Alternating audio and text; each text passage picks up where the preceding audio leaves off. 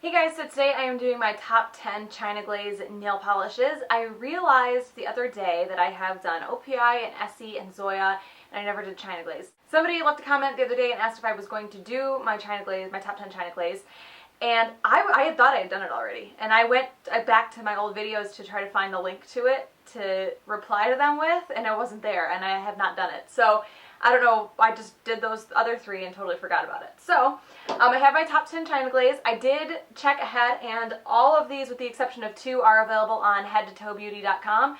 The other two might be a little bit more difficult to find. I didn't do too much looking, but I might because I kind of want to back up of this one. The first one that I have is Pray Tell. I'm going to do the two that I wasn't able to find on Head to Toe first. So Pray Tell is from the On Safari collection. It is a deep, deep, deep oxblood red. It has been duped. I think Free Bear Hugs from the fall collection this year is a pretty close dupe to this if you can't find this one. But it is like one of my favorite colors when my nails are very short are those deep, deep oxblood reds. And this one has been my favorite for a while since the collection came out, or one of my favorites. I like Essie's Skirting the Issue too, but I do like the formula a little bit better on this one. So Pray Tell is by far one of my favorite China Glaze ever. The other one that I was not able to find on Head to Toe Beauty is from the Sea Goddess collection. This is a textured polish. This one is Wish on a Starfish. It is this light pink with this very, very strong gold shimmer. I really like how this dries, where the gold shimmer kind of sinks down and then the pink with the texture. It just looks, it's got quite a few layers to it. It's not like a matte, dull looking polish after it dries textured. A lot, like some of the Zoya Pixie Dust, a lot of the Zoya Pixie Dust can look very dull after they're dried down.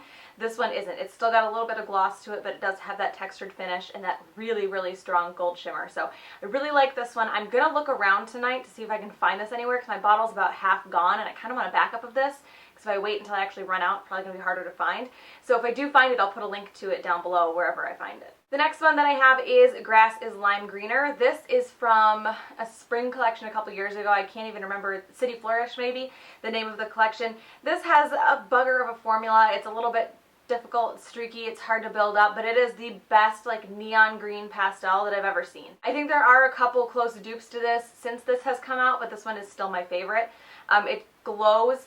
I say this a lot, but with these kind of neon pastel polishes, if you can catch them in sunrise and sunset lighting, they seriously look like they're glowing in the dark, glowing off your nails. It's an incredible effect, and this one is by far, I think, my favorite neon pastel ever. I love the color. The next one that I have is Ruby Pumps. This is very old, but like I said, all of these, Grass is Lime Greener and this one and all the ones that I talk about after this are on headtotoebeauty.com right now. I just checked this morning. This is kind of like a medium to in the darker side of red with a little bit of a lighter red micro glitter in it. This is absolutely gorgeous. My bottle's about halfway gone, about the same as Wish on a Starfish. This was one of my first China Glaze polishes ever, and still by far one of my favorite reds. It just is so beautiful, and that jelly base is not so opaque that the glitter doesn't stand out, so the glitter really looks like it's glowing from underneath the jelly base. Beautiful polish. I think this is like one of the China Glaze polishes that's like a must-have. Like, everybody should own this. I have purchased like 4 or 5 bottles of this as gifts. Like, I just want everyone to have it. The next one that I have is Atlantis. Again, my bottle's about halfway gone. This is another one of my first China Glaze polishes ever. Mine, when I did the swatch this morning, it's gotten pretty thick. It definitely needs some thinner. This is, I don't even know what collection this came from because it was before I was really into polish. It might have even been a core collection, I'm not really sure, but this is a kind of like greeny, I guess bluey green jelly base with a ton of silver holographic micro glitter. Beautiful polish, really glows. I mean, now you can get a lot of polishes that look like this in like every color you could possibly imagine from different indie brands, but I still think that this is like one of the originals and one of the best. I just love the color combination. It's silver. I like the color and the way that the silver stands out through it. It's gorgeous. Mine was pretty close to opaque in one coat because it has gotten really thick, and I'm going to leave it off to the side here because it definitely needs some thinner. The next one is from the Electric Nights collection from this year. This is Ready to Rave. This is what I would say, I mean, it's definitely an orangey red, but I would say this is the closest to a neon red that I've ever seen. It is super bright, eye-searing, but it's really not orange. I tend to not really like oranges or neon oranges. It's not a color that I like seeing on my nails. It's not a color that I gravitate towards like in any other aspect of life. I'm just not like the biggest fan. This, however, because of it's so strongly leaning red, it's totally different to me. Beautiful color, so unique. This was on my toes like pretty much all summer. It's definitely going to be one of my top polishes of the year because I love, love, love this color. And the formulas were great on this whole collection too. I think there were only 1 or 2 that I would recommend going over white. The rest of them were totally opaque on their own in 2 coats, this one included. The next one that I have is Frostbite. This is another one of my first China Glaze polishes ever. Actually, my first China Glaze polishes ever all came from like one massive head-to-toe-beauty.com order. It was like the start of my nail polish collection, were a bunch of China Glaze polishes from Head to Toe Beauty. So China Glaze just in general is very nostalgic to me. Head to Toe Beauty is very nostalgic for me, and some of these original polishes really became my favorites. So this one is a bright, I mean it's not bright, it's like a medium blue, but it is so, it's got this strong bluish shimmer to it, but it is like so bright, like it comes off so bright and it pops so much on your nails. And I'm not usually a big fan of shimmer.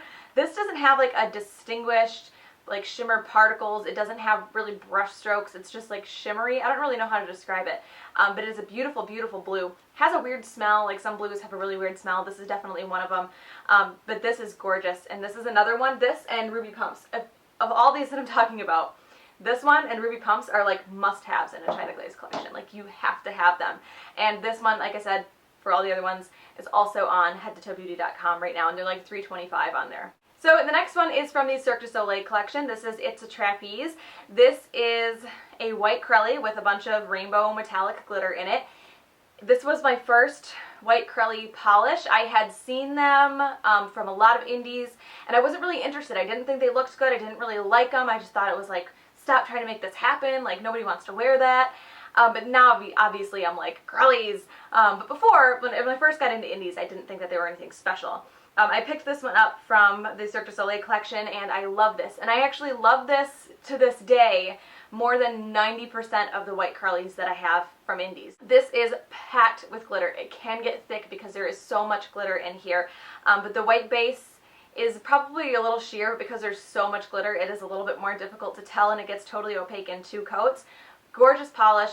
Like I said, one of my favorite white Crellys ever, and it's from a mainstream brand, which is kind of weird when you think about it, considering how many I have from indies, but it's gorgeous. And maybe it's like there's some nostalgia there, and that's why it's one of my favorites, but when I look at it, it still is like exactly how I want every white Crelly to look. So that one also is on head-to-toe-beauty.com, which I get a lot of people asking me if that's a legit site. Totally legit. I have ordered from there for years and years. Never had an issue. I think the only thing that's ever happened with them is I had one broken bottle. I sent them a picture of it, and I had a replacement in my mailbox within 3 days.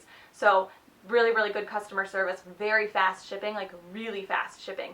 If you order during a weekday, they will have shipped your order like by the end of the day, if not early the next day. So fantastic service. Like I said, no issues there. It's a totally legit site. It looks really sketchy, but it's good. So the next one is a pink. This is Bottoms Up. This is from, I'm trying to remember the name of the collection. I don't remember. It was a summer collection, and it had like a bunch of like opaque neon pastel creams and then a bunch of jellies. I think that was this one. But this is the perfect Barbie pink. It dries matte. It's kind of like a chalkier formula, but I really, really like this. It looks beautiful on the nails.